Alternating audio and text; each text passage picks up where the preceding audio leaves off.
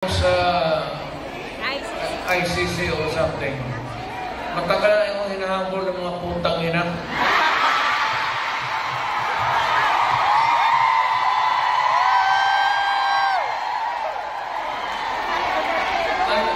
Ano man ang kasalanan mo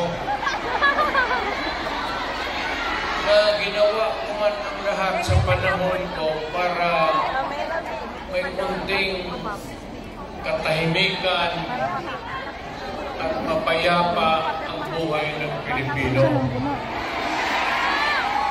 Ang problema nito, ano nangyari?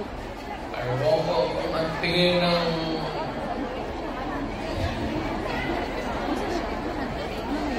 ako'y laro yung Ano Kuya Pan? ganito na lang. Ito ganito na lang. Assuming na totoo. Totoo talaga yung naririnig ninyo. Bakit ko ginawa yan? Para sa sarili ko?